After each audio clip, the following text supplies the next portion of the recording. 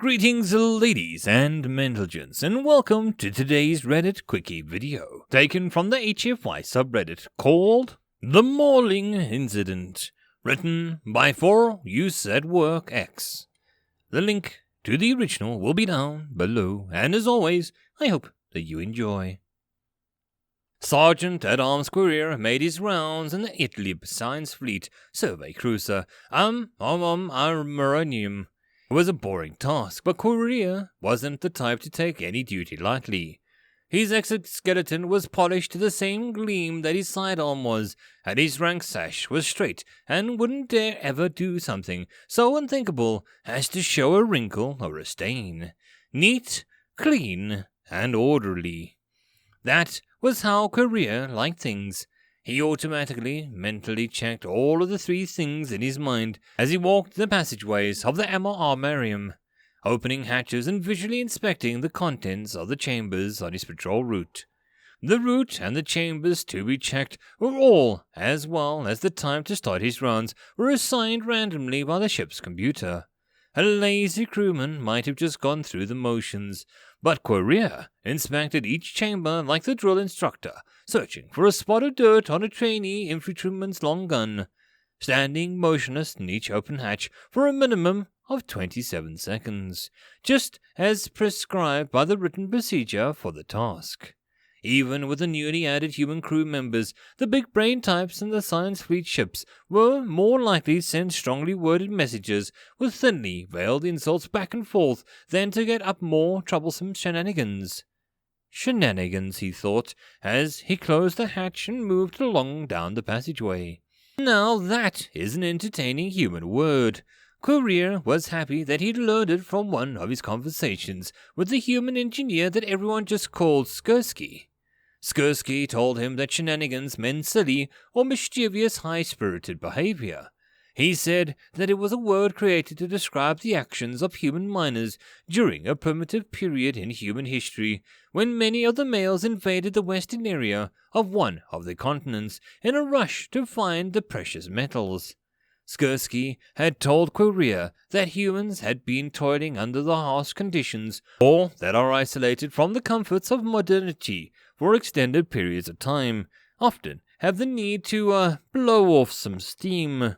Courier had meant to follow up on that last part, not being familiar with the human anatomy. He was concerned about when and where the steam might come out. Burns from steam, even if there was some protection of the Idlib exoskeleton, could be painful.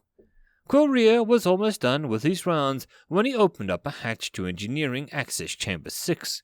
He peered into the chamber, lit only with the dim light from the computer terminals and indicators. Movement caught his eyes.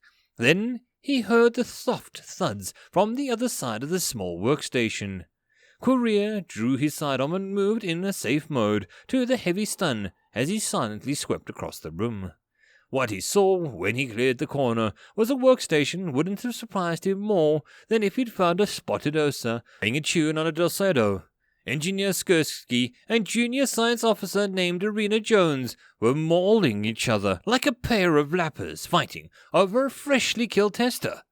Skursky had Arena Jones held up against the bulkhead just as they pawed at each other and grappled for holds. Their mouth parts smashed together as they sought to maul each other with their vicious enamel-covered bone stubs. Their visible skin was covered in a salty liquid excretions, and their breathing was coming forth in heavy pants. The lesser Idlib might have been stunned by this vicious display of violence by what they were supposed to be an advanced race. Courier was no hatchling recruit, though. By reflex, he raised his sidearm and sent a 3-shot burst into the two combatants. They were so consumed by their battle that they never even noticed him. The weapon fire triggered the ship's internal sensors, summoning a full security team, even before the limp bodies hit the deck. 30 minutes later, Courier, Skursky, and Arena Jones, and both of their supervisors, sat in a small conference room near the Courier's office. Skursky and Arena Jones had recovered from the heavy stun blasts almost as soon as they had struck the deck. Courier mentally noted this fact.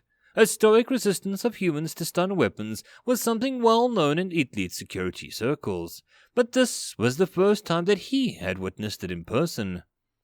After being separated and interviewed by the security teams, the pair was moved into this room where the others were already waiting. Courier was both relieved and annoyed to learn that he had not witnessed the beginnings of a near-fatal melee, but a prelude to human mating. Courier noted that Arena Jones's visible skin had turned a bright shade of scarlet during her and Skursky's explanation of the incident. It made her look like a particularly scrawny rubrum grub. The supervisors chastised the pair for several minutes and assigned each punitive duties and temporary revocations of privileges, while Courier observed with the elite equivalent of a skull on his countenance. While consensual mating amongst humans was not an infraction of the rules, using a restricted maintenance area to do so during a shift duty broke more than a few regulations. Courier disliked non-adherence to regulations more than he disliked the mandatory reports that he would have to file for discharging his firearm in the line of duty and to document this event. He was already beginning to report in his mind as the supervisors dismissed Skursky and Emily Jones, and the pair started towards the door. "Engineer Skursky!" Courier barked before Skursky could exit the chamber, blocking in Arena Jones. "When I describe this in my report, does this fit the definition of shenanigans?"